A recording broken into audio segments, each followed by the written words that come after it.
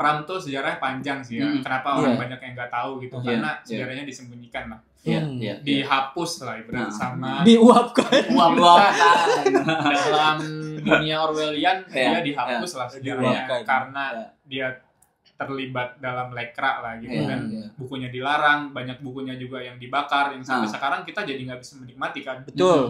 Dibakar oleh aparat gitu. Jadi setelah itu wajar gitu, bahkan di sekolah pun nggak pernah dikasih tahu kan, jadi banyak banget orang Indonesia nggak tahu Pram, padahal dia sehebat itu. Selamat datang di Mapaba, mari pada baca. Wih.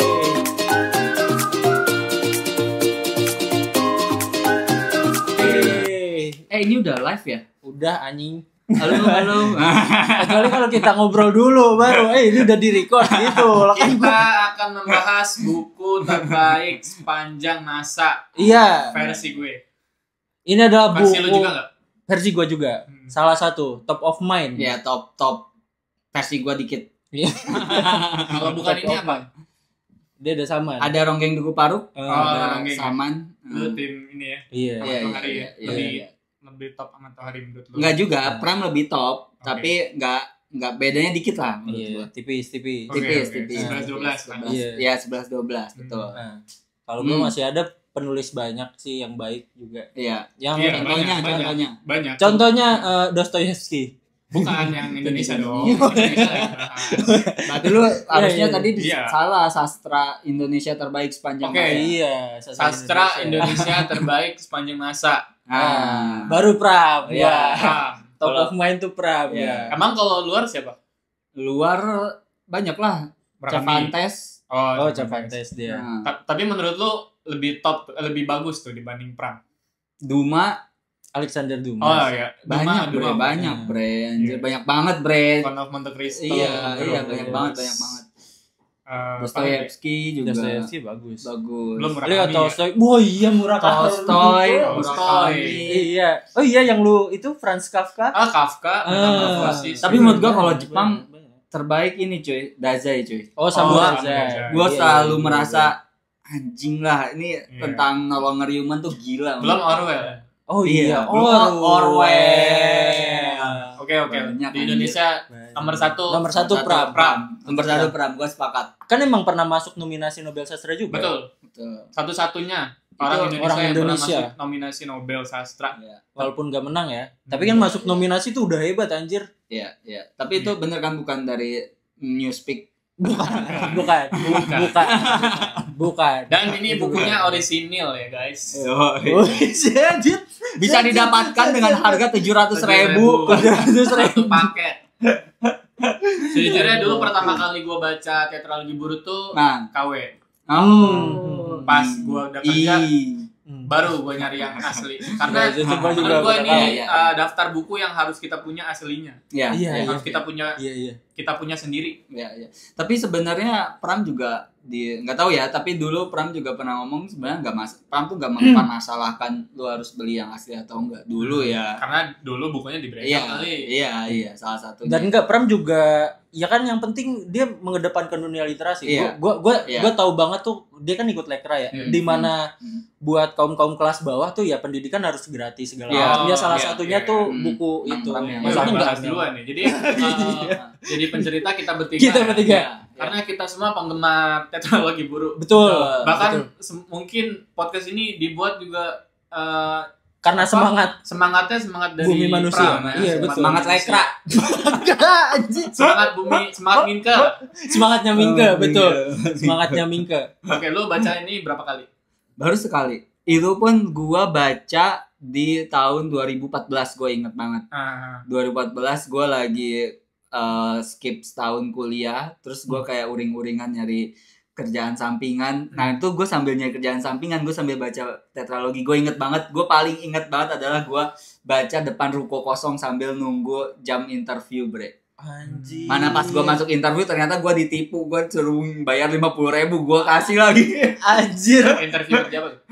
Gak tahu, gak jelas, tapi waktu itu gue kasih aja. KDP dulu. Iya, KDP dulu gitu. Tapi lu dapat buku itu dari siapa? Dari mana? Kakak gue, punya kakak gue. Gue baca punya kakak gue. Nah, kalau lu Des? Kalau gue 2 kali. 2 kali. bukunya Bang Ayep. Karena Bang Ayep siapa? Ada sekarang jadi PNS. Si kenal. Ada namanya Bapak Arif Darmawan Mahmud sekarang. Jadi PNS ya, jadi PNS di mana? Di Riau ya? Dumai. Cari pokoknya. Baru lulus udah 6 kali. Kenapa? Gue liat story-nya. Kenapa? Itu dia yang memperkenalkan gue sama Pram, sama buku-buku yang wajib dibaca sama mahasiswa lah. Pertanyaan paling penting, dia baca gak? Gue nggak tahu. Pokoknya gitu loh. Pokoknya pas itu, Des, lu suka baca buku ya. Coba lu baca Pram gitu. Terus pertanyaan penting kedua, lu udah masuk PMI belum? Belum. Itu ngajar. Itu bagus lah ya, tapi bagus. Kayaknya semua senior kita juga ngerekomendasiin buku ini gak sih? Iya. Gua yang baca buku dari senior, bukunya ini Budiman. Budiman. Ada revolusi. Gue juga korban kok. Orangnya sama kan? Sama. Lu tapi kan bagus kan. Tapi bagus, bukunya bagus. Bukunya bagus. Budiman juga masih sangat sangat progresif. Iya, sangat progresif. Sekarang kan udah nggak tahu ya. Sangat progresif lah. Ya terserah dia. Jadi memang kayaknya kita semua punya cerita yang personal ya soal tetralogi buru ya. Kalau lu baca berapa? Dulu gua belinya tuh di Blok M, gue inget banget tuh palsu semua, jadi gue belinya satu-satu. Dulu gue inget kayaknya harga 30 ribuan coy. Murah banget ya. Iya. Jadi si damkarnya gimana? Dokar. Jadi benar-benar kayak ada lembaran yang kertas itu tipis banget, terus kayak gampang robek. Nah akhirnya gue beli lagi yang berikutnya sampai kekumpul 4-4-nya kayak bangga banget lah. Padahal itu kan juga KW ya. Iya, akhirnya gue ngerasa setelah gue punya uang itu buat beli sendiri, walaupun kan mahal ya sekarang tuh, apalagi sekarang menurut kemarin gue lihat banyak yang sejutaan coy. Iya. Sejutaan ke atas gitu. Dan kayaknya ini buku yang harus kita milikin gitu. Gue baca ini kayaknya udah 2 kali sih. Yang pertama yang dulu zaman kuliah, kedua pas gue beli lagi. Akhirnya gue baca lagi karena kan kertasnya lebih enak. Iya. Dan ini yang ketiga berarti lu baca ulang. Iya, yang ketiga. Tapi kan yang ketiga belum sampai habis lah. Memang menurut gue rasanya nggak pernah beda sih. Menurut gue ini sastra paling mewah. Penulisan yang paling gak mungkin disamain levelnya sama penulis siapapun. Dan narasinya itu bener-bener canggih lah. Gue nggak pernah baca tulisan sastra sebagus ini sih menurut gue. Iya. Gue sepakat sih, apalagi di sastra Indonesia ya. Gue rasa kalau misalnya disandingkan yang pernah gue baca, kalau sastra Indonesia mungkin yang kalau gue sandingkan adalah dengan bukunya Ronggeng Duku Paruk Ahmad Tohari.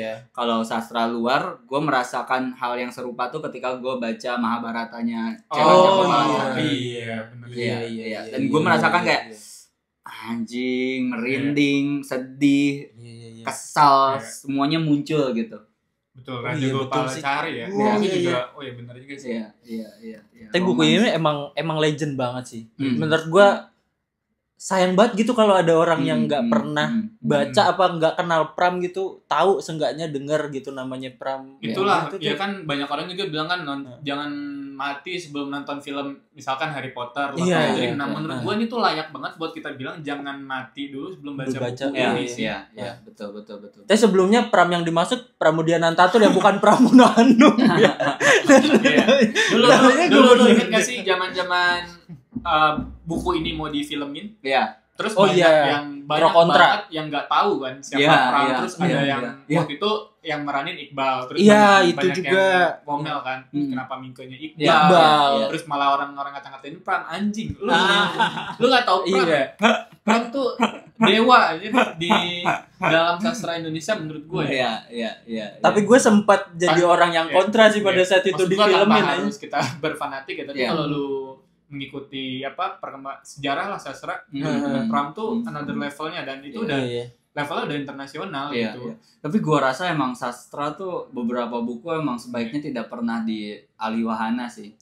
Ya terkhusus dijadikan film ya, kayak ya ini Pram atau Ziggy. Gua ingat Ziggy pernah ngobrol kayak gitu bahwa dia tuh nggak pernah mau bukunya difilmkan. Alasannya adalah karena akan terlalu sulit dan malah mengubah ekspektasi dia atau mengubah ekspektasi pembaca terhadap sastra yang dia tulis, karya yang dia tulis. Dan satu lagi yang informasi yang paling menarik adalah dulu nih buku ini nggak dilarang gitu.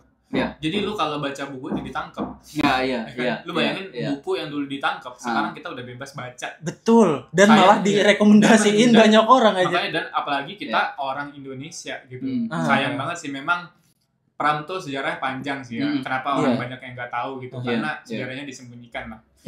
Dihapus lah ibarat sama diuapkan dalam dunia Orwellian. Dia dihapus lah sejarahnya karena dia terlibat dalam lekra lah gitu kan. Bukunya dilarang, banyak bukunya juga yang dibakar, yang sampai sekarang kita jadi nggak bisa menikmati kan. Betul. Dibakar oleh aparat gitu. Jadi setelah itu wajar gitu, bahkan di sekolah pun nggak pernah dikasih tahu kan. Jadi banyak banget orang Indonesia nggak taau Pram, padahal dia sehebat itu. Salah satu alasan kita membahas buku ini kan karena isunya bukunya akan segera dicetak ulang lagi. Iya, betul. Bulan depan Pram juga ulang tahun. 100 tahun Pram. Dan ini momentum yang gua rasa emang sangat tepat ya untuk kita membahas buku. Nggak sengaja ya kita. Nggak sengaja. Gua udah mikirin itu sih. Oh iya, keren.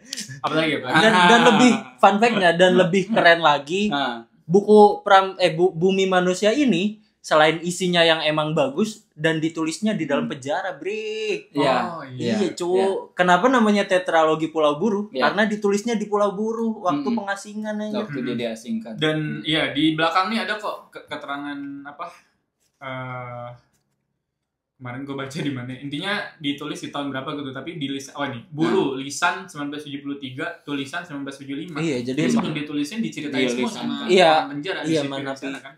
Di sana. Gila ya. Di dalam kondisi yang diasingkan di pulau yang enggak ada akses gitu, enggak dengan semua enggak ada kemudahan lah, dia bisa nulis maestro ini gitu. Iya, dan dia tuh tidak berhenti tidak menyerah dengan sastra gitu. Dia diasingkan tapi dia melakukan segala cara untuk tetap menulis gitu, untuk tetap menciptakan satu karya, yaitu melalui lisan. Bahkan kalau nggak salah dia juga nulis di kertas pun, di kertas-kertas gitu kan, kayak bungkus apa, buku saksemen gitu, ada aja. Bener.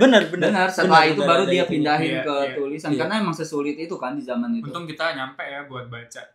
Dan kredit juga sih menurut gua kalau ngomongin tetralogi Buru ya, kalau versi gua memang yang paling peak, yang paling puncak, yang paling seru tuh Jejak Langkah. Buku ketiganya kan Bumi Manusia, Anak Semua Bangsa, Jejak Langkah, sama Rumah Kaca.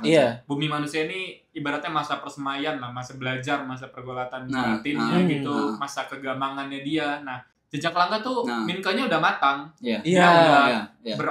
Udah mengorganisir organisasi terbesar di dalam sejarah pergerakan Indonesia gitu, dan udah mulai ngelawan penjajah, ngelawan feodalisme, semuanya udah dilawan lah sama dia pakai dengan cara nulis, dengan cara pidato, dengan cara dia mimpin keliling Indonesia gitu. Itu dan mulai banyak konflik dengan pihak lawannya juga gitu. Seru banget sih sebagai sebuah novel, itu yang paling seru sih di situ. Paling banyak adegan actionnya lah. Iya. Oh iya. Kalau lu kalau gue yang di buku keduanya, karena di buku keduanya itu gue ngelihat pertama perannya Ontosoro tuh sentral banget di situ, gimana ngegembleng Mingke gitu, kayak ya kalau lu pengen tahu bangsa lu, ya lu harus ngomong pakai bahasa lu sendiri. Makanya kan yang tadinya dia ngomong pakai bahasa Belanda, dia coba pakai bahasa Melayu, pakai bahasa Jawa. Terus dia juga turun ke bawah ke petani-petani. Bahkan di buku keduanya itu dia ngebela petani. Dia nyewa pengacara dari Belanda buat ngebela petani-petani yang petani gula ya, paling gula ya. Iya.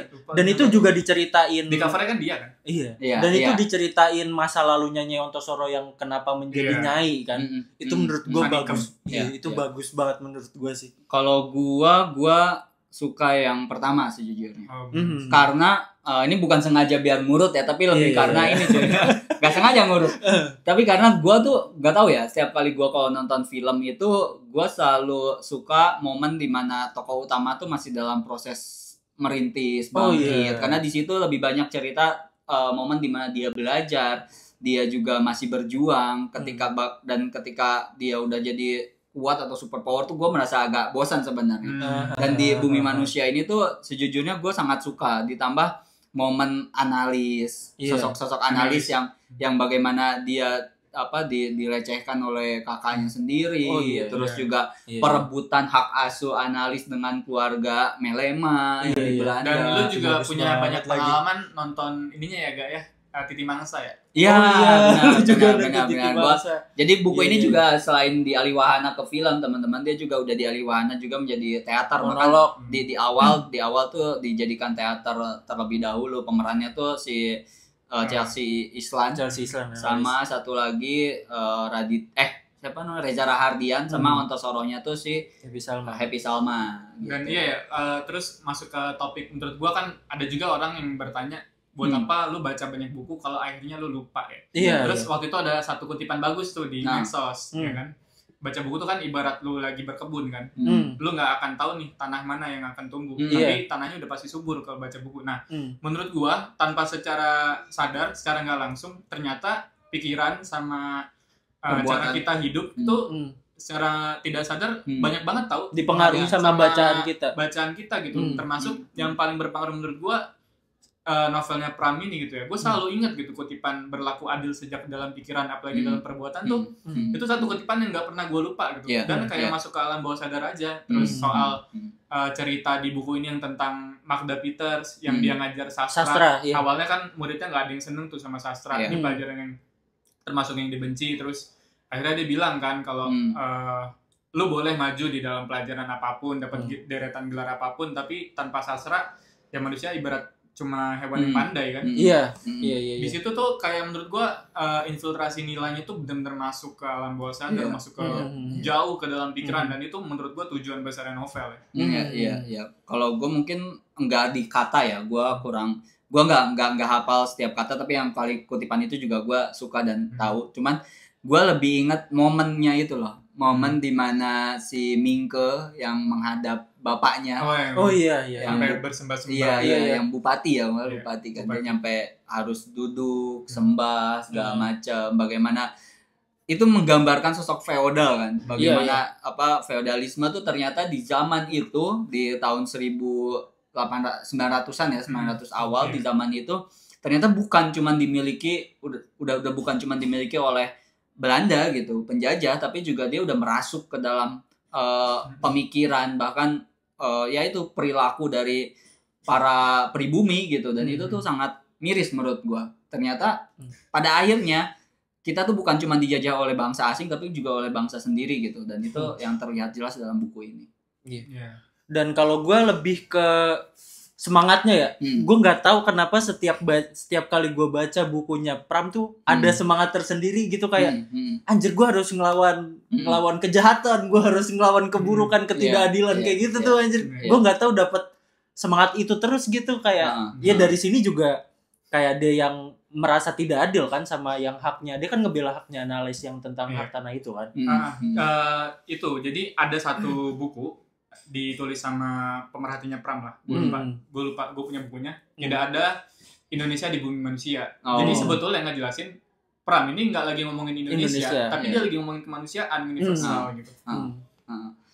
Iya. Itu keren banget. Dan sekedar informasi ya teman-teman, jadi sosok Mingke dalam buku Pram itu tuh diangkat dari tokoh nyata, namanya Tirto Adi Suryo. Ini juga yang menginspirasi media Tirto. Tokoh-tokoh yang menginspirasi media Tirto, namanya Tirto tuh diangkat dari Tirto Adi Suryo, Bapak Pers Indonesia. Betul. Bapak Pers Indonesia di tahun 1900-an ya, dia awal-awal membuat persnya sendiri itu kan. Dan diceritakan juga di buku Anak Semua Bangsa ya, Anak Semua Bangsa, bagaimana Mingke bikin Medan. Medan Priai. Iya. Dan si Mingke pun ada beberapa sekolah-sekolah yang sebenarnya bisa kita temukan sampai saat ini ya, tempat-tempatnya kayak sekolah HBS-nya itu kan, itu Stovia kan, sekolah Stovia yang sekarang jadi Museum Kebangkitan Nasional. Ya, nggak usah jauh-jauh lah, yang Syarikat Islam lah. Ya, Syarikat Islam, SI. Kita kan di sekolah tuh kayaknya nggak terlalu fokus diceritakan ternyata bibit-bibit pergerakan sampai kemerdekaan tuh ya dari Tirto. Iya. Dari Stovia malah. Yang dari siapa? Dari dokter siapa? Dokter siapa sih? Keliling itu ya. Iya, dari situ. Jadi dia tuh bisa ngebungkus sejarah Indonesia dengan cara yang sangat menarik, sangat apik gitu, terus nggak ngomongin soal Indonesia doang, tapi universal buat ngelawan ketidakadilan, ngebela kemanusiaan, benar-benar. Terus kita juga dulu kan pas di zaman mahasiswa juga aktif organisasi ya. Betul. Kita tuh belajar banget pentingnya kita harus berorganisasi ya dari buku ini juga. Iya, benar. Apa plot yang paling lu suka di buku Bumi Manusia? Plotnya? Des. Aduh agak susah ya. Gue malah lebih suka ketika pertama kali dia ketemu Nyai Ontosoro tuh. Kan ada perasaan takut, ada perasaan sungkan. Terus kan dianggap sama orang rumahnya dia, ngapain lu nginep di rumah Nyai? Itu tuh menurut gue tuh kayak wah, ya itulah, itu cikal bakal lahir itu berlaku adil sejak dalam pikiran. Lu nggak boleh ikut pandangan umum, tapi lu harus punya pendirian sendiri lah. Lu harus objektif gitu, harus nilai semua dengan baik lah. Bahkan Minggu tuh di awal malah agak meremehkan ya Nyai Ontosoro kan dia Nyai, karena tapi di akhir Nyai Ontosoro memperlihatkan bakatnya. Malah ternyata Nyai yang baca media Belanda. Iya, dia bisa berbahasa Belanda, dia bisa baca pertanian. Kalau lu, Pres? Kalau gua jelas lah plot yang di akhir tuh yang paling peak-nya sih. Wah, itu kita sudah melawan Naknyo format-formatnya. Itu udah plot yang nggak ada lawan sih menurut gua. Sepakat lagi, gua juga bagian itu. Maksudnya lu bayangin dah lu pribumi yang di mata hukum tuh rendah banget gitu dan nggak pernah ada sejarah pribumi yang ngelawan, tapi dia bisa ngelawan gitu dengan hukum dengan cara-cara Eropa, tapi dia tetap kalah. Terus di bagian akhirnya ditulis itu menurut gua gila. Oh itu sepakat banget sih. Sepakat gue bagian melawan Naknyo. Gue suka yang pas bagian rumahnya tuh dikelilingin itu dan si Darsamu itu kayak wah anjir bacok-bacokan itu bagian aksi di Bumi Manusia ya. Yang Darsam bacok-bacokan, oh gila tuh. Aksinya juga ada di ini juga ketika Mingke diculik suruh ke rumah. Disuruh ke rumah. Oh, iya. Dia kan diculik tuh. Diikutin kemana aja terus tiba-tiba diculik. Cuman sebenarnya tuh gue ada satu pertanyaan, Bro, yang nyampe sekarang tuh jadi ya kepikiran lah kayak kenapa analis jatuh cinta sama Mingke ya?